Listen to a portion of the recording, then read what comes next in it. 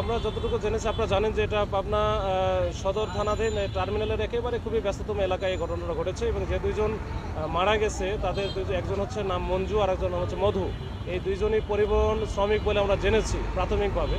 এখন এই যারা মেরেছে বা যাদের সাথে ঝামেলা হয়েছে এরা আগে ব্যক্তিগত শত্রুতাও থাকতে পারে। এখানে কথা কাটাকাটির একটা পর্যায়ে তারা এই কাজটা করেছে। এখানে করার পরে এখান থেকে তাদেরকে দ্রুত সদর হাসপাতালে পাঠানো হয়। সদর হাসপাতালে যাওয়ার পরে তারা মারা যায়।